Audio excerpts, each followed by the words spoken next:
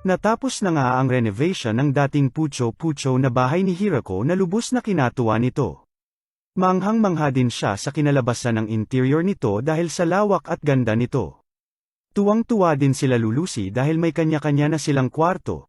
Iba din talaga mag-effort ang mga elves hanggang sa makita ni Hirako ang kakaibang kwarto na mukhang uubusin at pipigain din talaga ang effort sa katawan ni Hirako sakali mang magkamali siya na pasukin ito. Sana all na lang talaga. Sumalangit kaluluwa mo Hirako. Matapos mag-ikot sa bahay ay nagutom na nga mga palamunin housemates ni Hirako at doon niya nga naisipan na magluto ng curry. Dumiretso na sila sa farm para kunin ang mga ingredients na kakailanganin para rito. Una na nga rito ang cumin kung saan responsable daw sa aroma na nilalabas ng curry. Sumunod naman ay ang turmeric na isa naman sa main ingredient ng curry na nagbibigay at pinagmumula ng kulay nito. Isa rin sa mga sangkap nito ang coriander kung saan didikdikan nito hanggang maging powder. Kasama na rin ang cilantro na nadiskubre nila na ayaw ng mga aso. Huli naman sa mga sangkap ay ang cayenne pepper at black pepper. Matapos nga makumpleto ni Hirako ang mga sangkap sa curry ay sinimulan niya na agad ang pagluto rito, kung saan nandoon din si Leia para tulungan siya. Sinimulan na nga nilang lutuin ang curry, naggisa, pinaghalo-halo ang mga sangkap. May recipe naman ata nito si Ninong Rai, doon na lang natin panoorin iba, hehe. Ayon nga at natapos na nila ang pagluto ng curry. Nanibago at nagtaka naman ang girls sa itsura at amoy ng curry kaya sinabihan sila ni Hirako na huwag mag-alala dahil masarap ito. Nang matikman na nila ang curry ay sobrang nagustuhan nila ito. Napapikit nga lang ng saglit si Hirako ay nakapila na ulit ang mga ito para tumakal ulit hanggang sa maubos ito at tinapay na nga lang matira kay Hirako. Papalapit na nga ang winter kaya nagsimula na si Hirako na mag-prepare para dito. Nag-imbak na siya ng maraming kahoy, sabay binigyan niya na rin ng mga pagkain si Zobiton para sa hibernation nito kapalit naman ay mga extra kumot na hiningi niya dito. Sina Lulusi naman at Tia ay inatasan niya na i-preserve ang mga pagkain nila habang ang mga elves ay may kanya-kanya ring tinatrabaho. Hinanda na rin ni Hirako ang magiging imbakan nila ng mga gulay sa panahon ng winter. Habang pinagmamasdan naman sila Lulusi na gumamit ng magic ay napaisip ito na sana ay nakakagamit din daw siya ng magic kagaya nila. Kinagabihan, ay nagmoment sila Lulusi at Hirako, ngunit tungkol nga lang sa magic, sinabi ni Hirako ang pagkamangha niya kila Lulusi at Tia dahil sa mga magic nito at kung paano niya sinusubukan na gayahin ito ngunit nagmumukha lang siyang timang. Minamaliit din ni Hirako ang mga ginagawa niya. Keso nagtatanim at nagluluto lang daw siya na pinabulaanan naman ni Lulusi at sinabing sila ang namamangha sa kanya dahil sa mga nagawa niya rito kahit noong nag-iisa pa lamang siya. Dumating na nga ang taglamig, parang Valentine's lang, at dahil nga dito, para masaya naman, bukod kay Hirako na alam naman natin na masaya sa harem buhay niya, ay gumawa ito ng mga mapaglilibangan nila. Una na dito ang reversi, pati na rin set ng mahjong at chess. Bago ito kila Lulusi kaya ipinaliwanag ito sa kanila ni Hirako pati na rin mga rules nito na agad naman nakuha ni Tia. Bida-bida namang hinamon ni Lulusi si Tia sa larong reversi at nang bandang matatalo na siya ay gumamit na lamang ito ng classic na, ay natapon yung board, technique ngunit di talaga manalo-nalo dito. Nagtungo naman sa kabilang kwarto si Hirako at doon inabutan na naglalaro din ng reversi ang dalawa pang elves habang kino-coach ni Kuro na lubos na kinagulat ni Hirako dahil naiintindihan nito ang laro. At lalo pang nagpagulat kay Hirako ay ang nag-aapoy sa tinding labanan sa chess ng dalawa niya pang aso sa tabi ng kwarto. Biglang lumutang naman si Lulusi at bida-bida na namang nakipag-chess sa aso ni Hirako na sinubukan niyang pigilan at ayon nga, dinurog ng aso sabay moment sa kanto.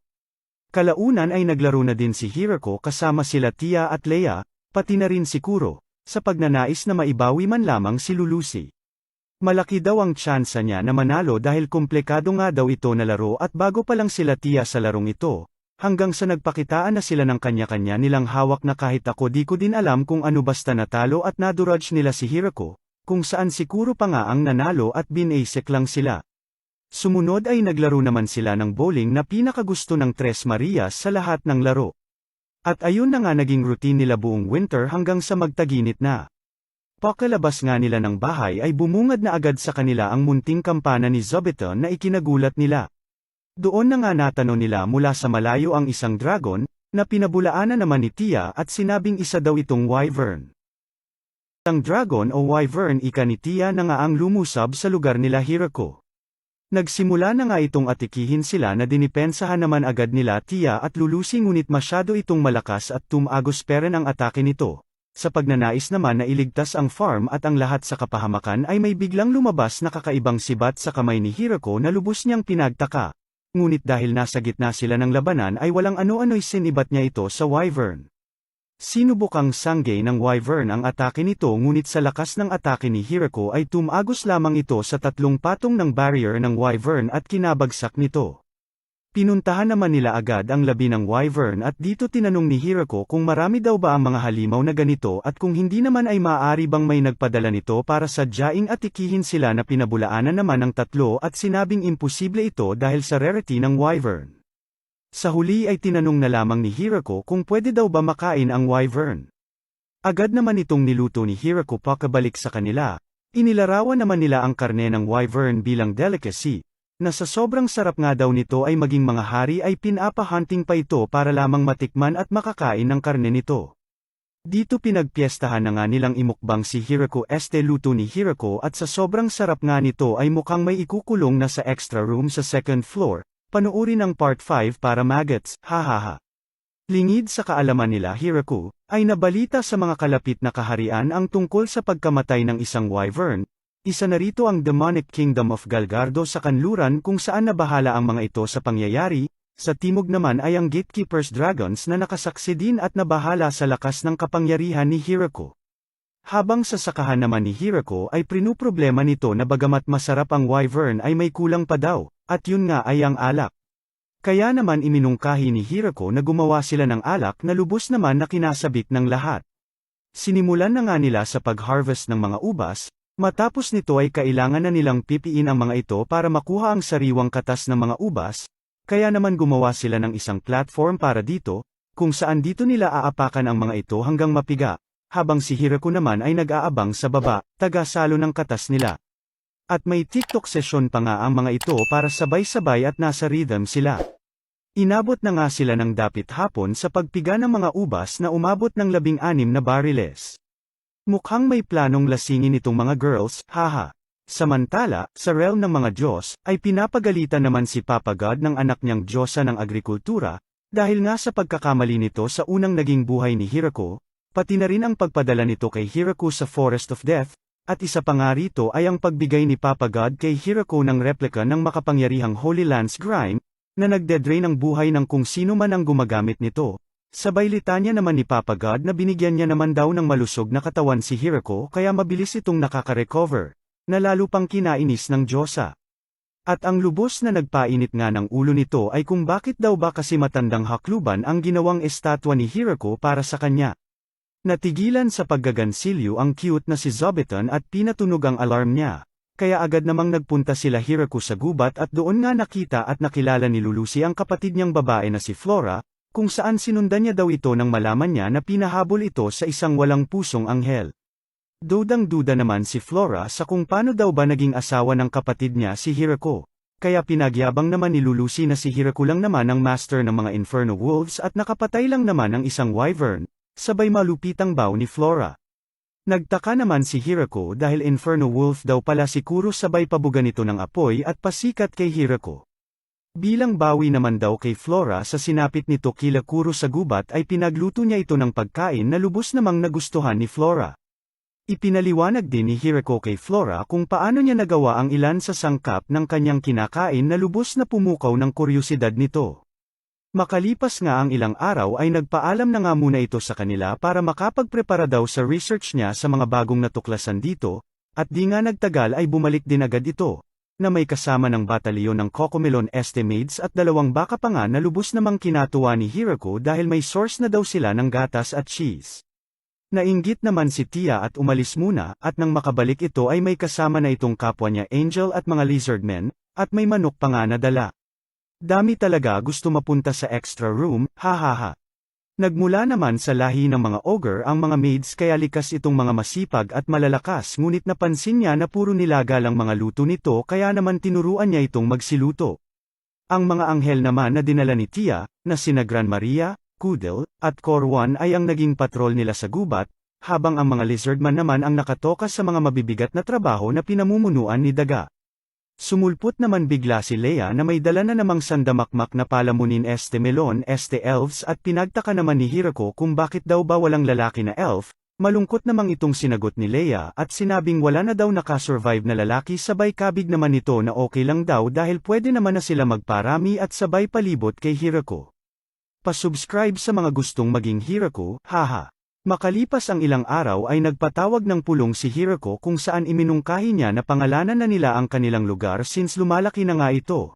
Dito nagbigay sila ng kanya-kanya nilang suhestyon hanggang sa nagtaas na ng kamay si Zobatan at tinuro ang pinto na pinagtaka naman ng lahat, na kung saan bumungad sa kanila ang malaking puno, kaya doon, tinawag na nila itong Great Tree Village. Bilang selebrasyon naman, nagkaroon sila ng munting party at dito nga tinawag na nilang mayor si Hirako. Habang sila Lulusi naman at Tia ay nagwalwal buong magdamag. Pawalwal na din ang subscribe, salamat. Tawag na nga nilang Great Tree Village ang lugar nila at tinalaga ng Kanor Mayor si Hirako. Wala naman daw pagbabago ika ni Hirako hanggang sa isang araw ay may dumating nang ang kinatawan ang Demonic Kingdom na nagngangalang Bizel at hinahanap kung sino ang leader nila. At bilang paggunita ng kanilang pagkakakilanlan ni Hirako ay may gift nga ito na lubos namang nagustuhan ni Lulusi. Dito inihayag na nga ni Bizel na pinadala siya ng Demon Lord upang pag-usapan ang status ng kasunduan ng pagtira nila Hirako sa lupang yon. Buong tapang naman na naghayag ng kanyang alok bilang mayor si Hirako at sinabing handa silang magbigay ng 10% ni Tag-Uro, ng mga ani nila bawat taon na sinang-ayunan naman agad ni Bizel na may halong pag-aalala pa nga kung okay na ba daw kay Hirako. Gumawa na din sila ng kasulatan ukol dito at umalis na ito nang may dalang regalo mula kila Hirako. Manghang-mangha naman sila Lulusi at Tia sa negosasyong nagawa ni Hirako lalo na sa 10% na buwis na usually daw ay 50 hanggang 60% ang hinihingi ng kingdom na kinagulat naman ni Hirako. Kalakip na rin dito ang proteksyon ng kingdom since taxpayer na sila. Samantala, gulat naman ang mga taga-kingdom sa pag-ayon nila Hirako kahit sa kabila daw ng lakas nito na kayang sumugpo ng wyvern, dudang-duda pa nga ang mga praning na kesyo may alter motive daw sila Hirako. Sabay litanya pa nga ni Bizel na wala daw siya nagawa sa negosasyon dahil nandoon daw ang Vampire Princess, ang pinakamalakas na anghel, army ng High Elves, lupon ng Inferno Wolves at ang pinakanagpayanig ng itlog ni Bizel na trio nga daw ng Killer Angels. Pati regalo nila Hirako ay pinagdudahan pa nga ng mga ito hanggang sa mapansin nila Ultimo Tela na gawa nga daw ng isang Demon Spider na lubos na naman nilang kinagulat dahil maging ang dating Demon Lord ay nahirapang makipagsabayan dito. Kinabukasan, isang dragon naman ang bumisita sa kanila at magalang na nagpakilalang si Drime the One True Ruler of the Dragons kasama ang kanyang butler na may dalang espada bilang regalo. Napasyal nga daw sila bilang formal na pagbati dahil halos magkapit-bahay lang naman daw sila, sabay pagtataka naman ni Hirako kung bakit daw ba nakabaw ang master niya. Humingi naman ito ng paumanhin at pinatayo ito. Niyaya naman ito ni Hirako na pumasok na muna sana kaso masyado nga itong malaki. Kaya nagpalit naman ito agad sa human form nito at magalang na binati si Hirako. Inabot na nga ito ng gabi kakalaklak ng wine nila Hirako na kinalasyeng nito at ayaw nang umalis. Na kung di pa niyaya ng butler ay di pa uuwi. Kaya dito napaisip din si Hirako kung papaano niya aasikasuhin ang mga bisita niya sa hinaharap ibang hinaharap. Haha, kinausap naman niya agad ang mga elves tungkol sa plano niya na guest house at inatas ang gawin nito. Sunod naman niyang kinausap sila Gran Maria sa tamang pagtanggap ng bisita kumpara sa dati, pati na rin ang reaksyon nila kapag nagwawarning na si Zobatan, kaya naman ginawa nila ng bagong bell si Zobatan para sa panibagong signal nila sa bisita. Bumuo na rin si Hirako ng welcoming party na sasalubong sa mga bisita at hiningi niya na din ang tulong ni Flora bilang mata nila sa mga bisita. Di nga nagtagal ay may mga bisita na naman silang dumating. Nagpakilala naman itong si Garf at nagmula raw sila sa Howlang Village at naglalayong magtatag ng relasyon sa village nila Hirako. Hinaharap hinarap at winelcome naman sila ng mga maid ni Hirako sa guest house nila at doon kinulong dahil wala daw itong dalang regalo parehas ng iba at duda pa sila rito. Sa kusina naman ay pinagtaka ni Hirako ang mga simpleng pagkain na inihanda ng maid sabay sabi nito na ganoon daw talaga pag walang dalang regalo. Kahit papaano ay nailusot naman ni Hirako ang wine para sa mga bisita. Sinimulan na nga nila itong kausapin at doon nila nalaman na mga simpleng beastman lamang ang mga ito na nabubuhay sa pangangaso at pagmimina, At FO na sa dating kakalakalan na village kaya naman naghanap na sila ng panibagong makakasosyo. Kinabukasan ay pinag-usapan na nga nila ang magiging sistema ng kanilang kalakalan, na kung saan iminungkahi ni Garf na makipag-barter ng kanilang mga produkto tulad ng silverwares, glassworks, metalworks, at iba pa na lubos na kinatuwa ni Hirako. Kapalit lamang daw ang mga pagkain at pananim nila Hirako na agad niya namang sinang-ayunan. Humingi rin ito ng paumanhin sa di nila pagdala ng regalo sa kadahilan ng hindi nila alam ang customiyang iyon kaya naman nangako si Garf na magdadala na sa susunod. Dumating na nga ang araw ng kanilang trade sa Howlang Village na kung saan nagpresenta si Drime na maghahatid sa kanila sa kondisyon na bibigyan siya nila Hirako ng drum ng wine. Matapos nga ng unang bisita ni Drime ay paulit-ulit na itong bumabalik at nagwawalwal sa kanila at lagi pa nga daw may dalang regalo para hindi magreklamo ang girls at mismong ideya niya ang maghatid sa kanila. Basta daw ba may alak. Nakabalik na nga sila makalipas ang ilang araw, at dito ibinalita ni Tia na iminungkahi daw ng mayor ng Howlang Village na kung pwede daw ba ang iba sa kanila ay manirahan kila Hirako. Umayo naman si Hirako ngunit sa kondisyon na samahan nila ito ng at least 2 man lang na lalaki dahil puro na nga sila babae ayon sa statistics at census Mariasep arf. Somosobra somobra naman sa pagkabata ang mga pinadala nitong mga lalaki na kinalungkot niya. Malungkot ka pa talaga sa lagay na yan Hirako, hype ka. Pasosolidong suntok na din guys ng subscribe, salamat, hahaha. Dumating na nga sa Grade 3 Village sila arf Sena kung saan winelcome sila ni Hirako at pinagkatiwala kay Lemulias na house manager ng village. Sa una ay nahirapan pang mag-adjust ang mga ito sa pag-aakalang mamaltratuhin sila hanggang sa mga walang hiya naman pala talaga ito parang yung nagre-re-upload ng recap candy videos. Napansin ni Hirako na maging si Sena ay kaya ring gumamit ng magic katulad ng iba sabay dagdag pa ni Tia na lahat ng anghel ay kayang gumamit nito ng walang kahirap-hirap. Common lang daw to sa kanila ika ni Lemulias at maging si Leia ay nakisawsaw na din at sinabing basic lang ito sa elves apwera sa pagpaparami na di nila kaya, nagpasikat na nga rin pati sila Kuro, Zobiton, at ang Queen Bee, maging Ultimo Slime ay sinampal kakarampot na pride ni Hirako. Bahala na ika ni Hirako at gagawin niya na lang daw ang kaya niya at mag-focus sa hayop ka sarap mo Pia ano yun? Agad namang lumapit kay Hirako si Gran Maria at binalitang isang grappler bear at bloody vampire nga daw ang koza ng kalabog at naglalaban sa hilagang parte ng kagubatan na lubos na ikinabahala nito habang ang tanging pinag-aalala ni Hirako ay kung pwede daw ba ito makain. Nagpasama na nga ito kay Gran Maria hanggang sa matano na nila ang mga halimaw. Iminungkahi naman ng anghel na magtawag muna sila ng backup na pinabulaanan naman ni Hirako sabay request kay Gran Maria na ay lapit lamang siya sa mga ito, hanggang sa i-onihit niya lamang ito, nang sabay pa nga, na kinagulat nilang lahat. Diretso Arinola Cacerola na naman nga ang mga ito kay Hirako, kung saan hinaluan niya ito sa pagkakataong ito ng wine na pinagtaka ng mga maid niya, at tinawag niyang wine-braised grappler bear ngunit masyado daw makunat. Sumunod niya namang niluto at tinawag na chicken fried bloody viper ang karne ng viper na lubhang nagustuhan naman ng tatlong anghel, ngunit ayon kay Hirako ay may kulang pa nga daw. Kaya agad naman siyang pumunta sa lab ni Flora para idulog ang plano niyang bagong ingredient dito at humingi ng antibacteria na safe sa pagkain. Tinanong niya na rin ito tungkol sa miso production na nakaatas dito na sa kasamaang palad nga ay di peren daw nagtatagumpay at kunting kibot may sumasabog. Kinaumagahan ay diretso kumuha na rin si Hirako ng mga itlog at dito sinimulan niya nang iprepara ang balak niyang produkto. Una ay nagbati siya ng betlogs niya sabay dagdag ng asin at suka na made in apples, halo daw ng slight at dagdag ng mantika and boom, may jope mayonnaise ka na ayon kay Hirako ay best tandem sa fried chicken nila. Sunod naman nilang ginawa ni Flora ay ang miso kung saan pinakuluan muna nila ito. Sunod ay tinuruan niya ito ng tamang paghimas pagbayo ng soybeans sabay tamang pagpalo with fillings. Halo ng konting koji with salt sabay bilog dito para makagawa ng bol-bol. At sa huli ay nilagay nila ito sa barriles at dito hahayaang mag-ferment na kung saan mas matagal nga daw ay mas masarap ika ni Hirako. Biglang tawag naman si Lulusi kay Hirako at sinabing may mga bisita raw ito at dito bumungad kay Hirako ang grupo ng mga dwarves na pinamumunuan ni Donovan. At ang layon nga daw ng pagpunta nila ay ang wine nila Hirako na binara naman agad ng mga Maria dahil di daw ito libre. kaya dito iminungkahi ni Donovan na wala man silang pera ay maaari nilang tulungan sila Hirako sa paggawa ng alak base sa nalalaman nilang teknolohiya at pag-aaral dito gamit ang mga pananim ni Hirako. Agad naman nilang sinimulan ang paggawa ng alak gamit ang mais na lubos na nagustuhan ni Hirako, at magmula noon ay nanirahan na nga ang mga ito sa village nila Hirako bilang kanilang brewers.